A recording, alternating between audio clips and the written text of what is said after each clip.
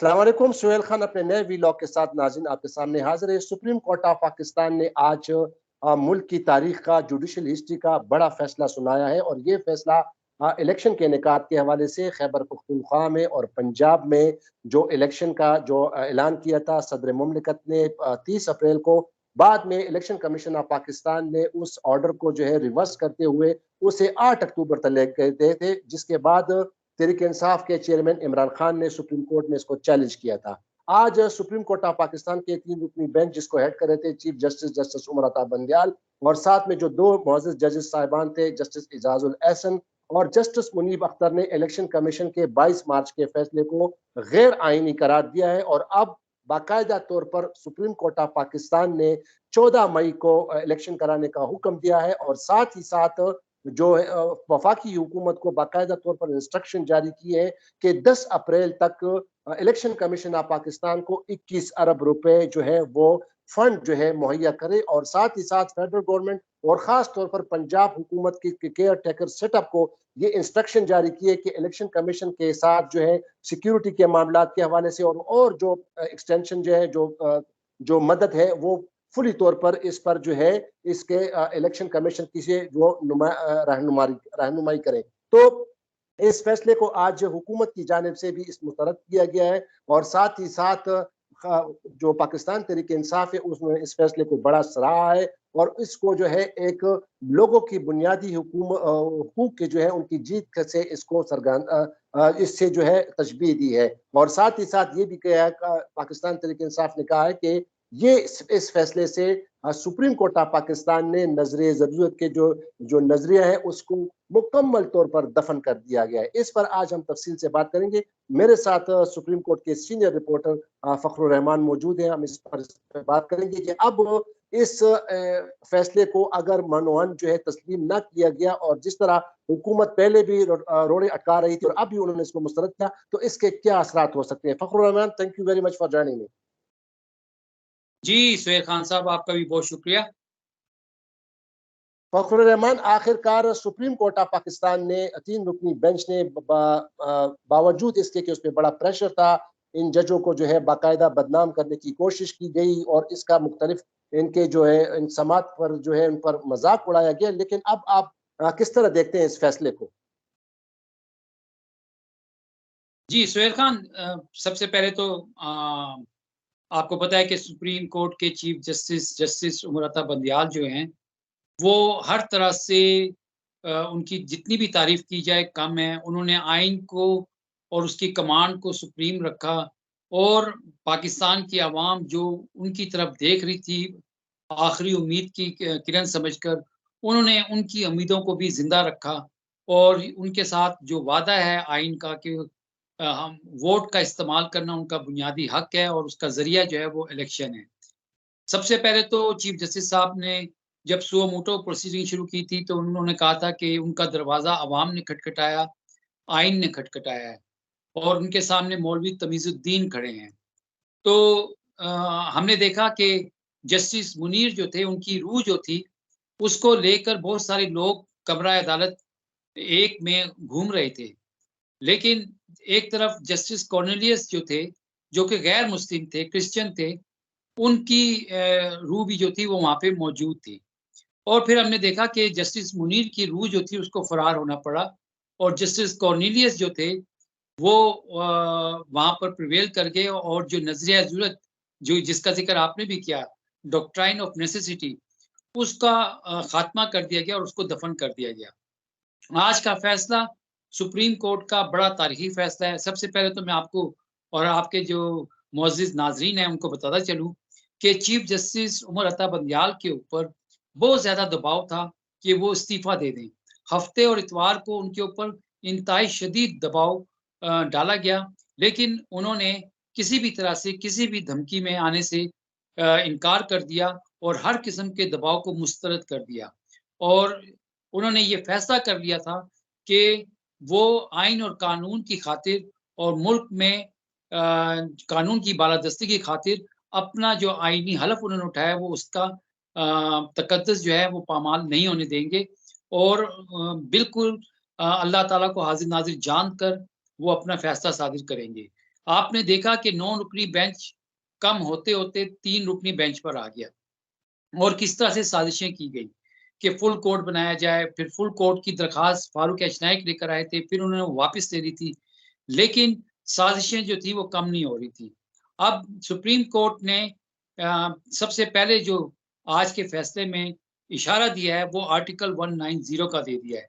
Chief justice Umar Bandial ने मामलात जो हैं वो आईनी और कानूनी अपने इख्तियार में कर लिए हैं। आज के फैसले को अगर आप गौर से पढ़ें तो इलेक्शन कमीशन ऑफ पाकिस्तान के फैसले को यकसर उन्होंने क्वैश कर दिया और ये भी कहा कि वॉइड एब इनिशियो है, इसकी कोई कानूनी और आईनी हैसियत नहीं है, ये नाकाबिले अमल है।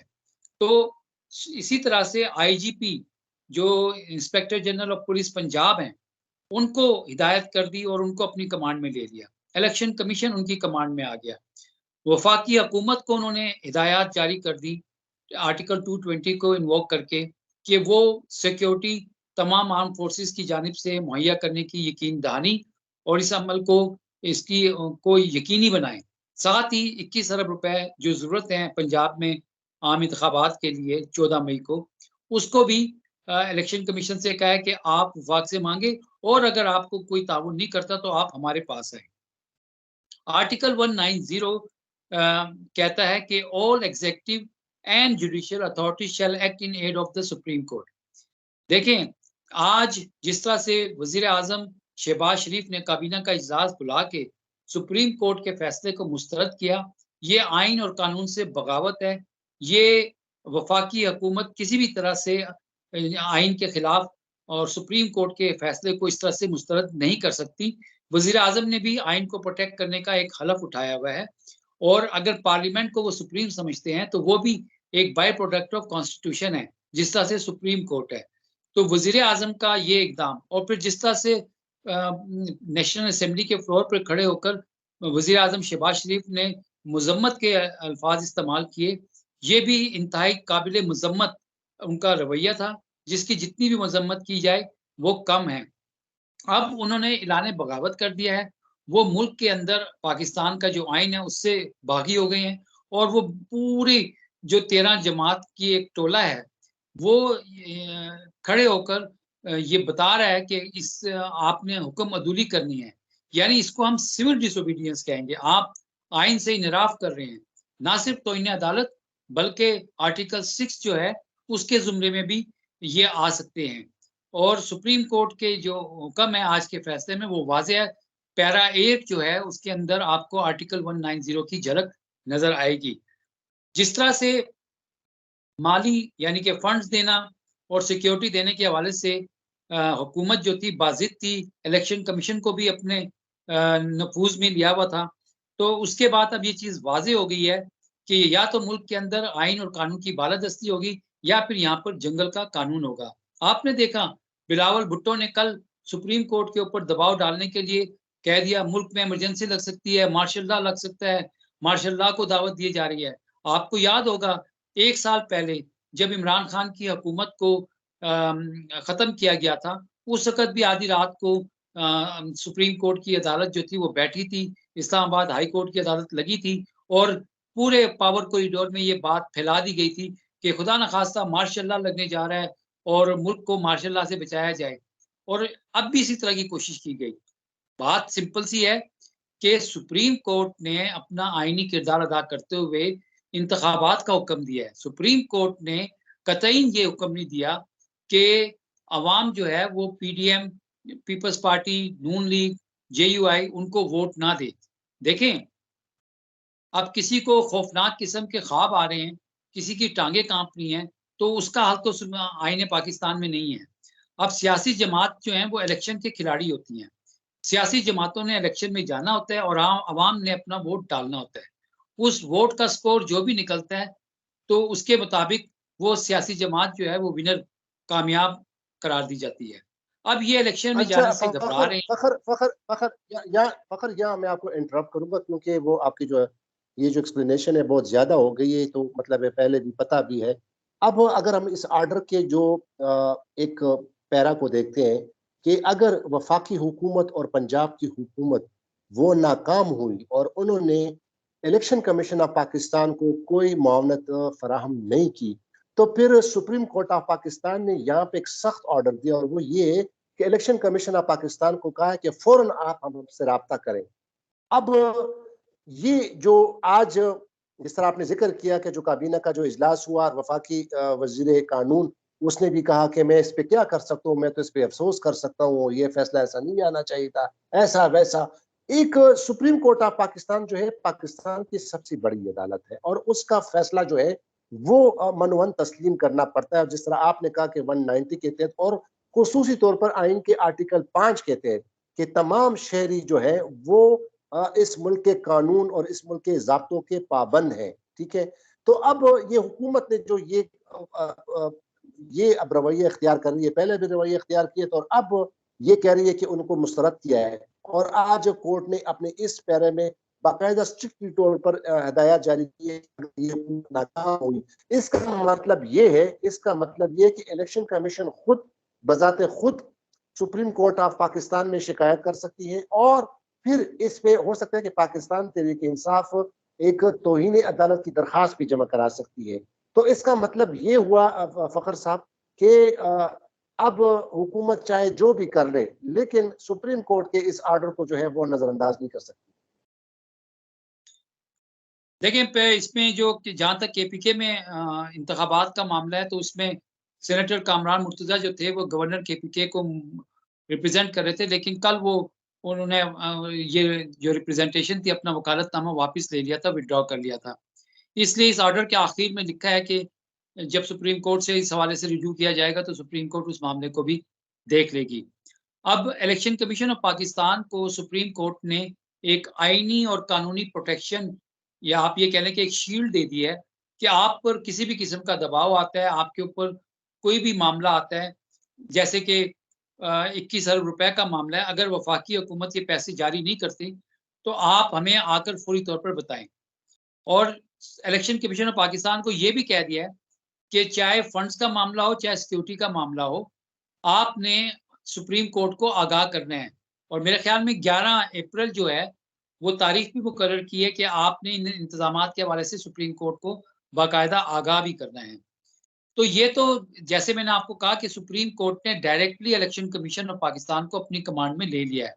अब इसके अंदर अगर कहीं से कोई दबाव इलेक्शन कमीशन के ऊपर डाला जाता है।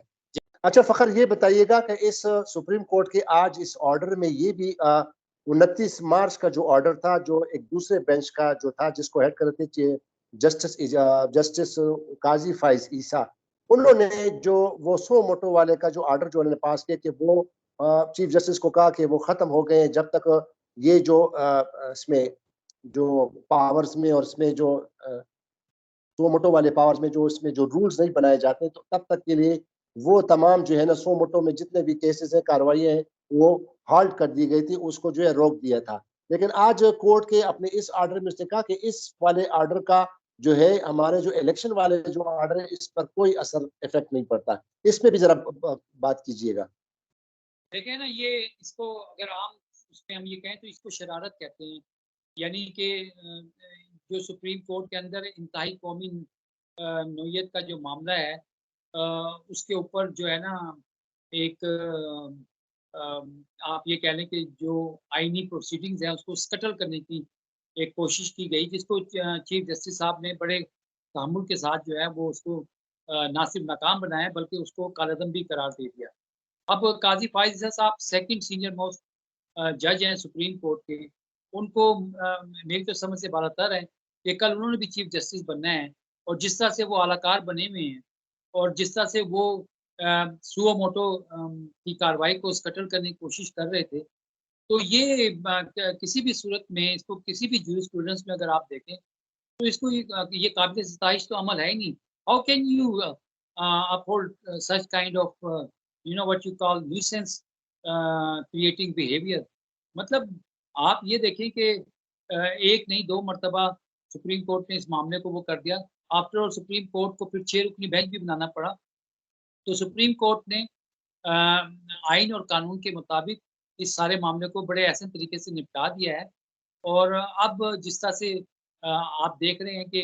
हुकूमत जो है, बजाय इसके कि वो इलेक्शन में जाते, अपनी कारकर्दगी की बुनियाद पर इलेक्शन लड़ते हैं। वो सुप्रीम कोर्ट के अंदर जजों में तकसीम है, सुप्रीम कोर्ट के अंदर वन मैन शो है, यानी कि वो अदालतों को का तमस्सुल उन्होंने उड़ा दिया। इसका मतलब ये है कि वो जमहूरी कुव्वतें हैं और ख़ास तौर पर पीडीएम, देखिए नाम क्या रखा था इन्होंने, पाकिस्तान डेमोक्रेटिक मूवमेंट, और हरकतें क्या उनकी, इंतहाई आमराना। यानी कि ये आमिर का एक डिक्टेटर का रवैया होता है कि वो अपने आप को कहता है मैं कानून से बालातर हूँ, बाकी सब लोग कानून के ताबे हैं। और जिस तरह सुप्रीम कोर्ट का फैसला आया और ये मानने से इनकारी और बरबला कह रहे हैं कि हम इसको नहीं मानेंगे, इस पे अमल दरामद नहीं करेंगे। तो इसका क्या मतलब है? इसका मतलब है कि आपके अंदर डिक्टेटरशिप है, आपके अंदर जमहूरियत नाम की कोई चीज़ नहीं है। आप अवाम को भेड़-बकरी समझते हैं और आप कहते हैं कि आपके पास पावर है, आपके पास पैसा है और आप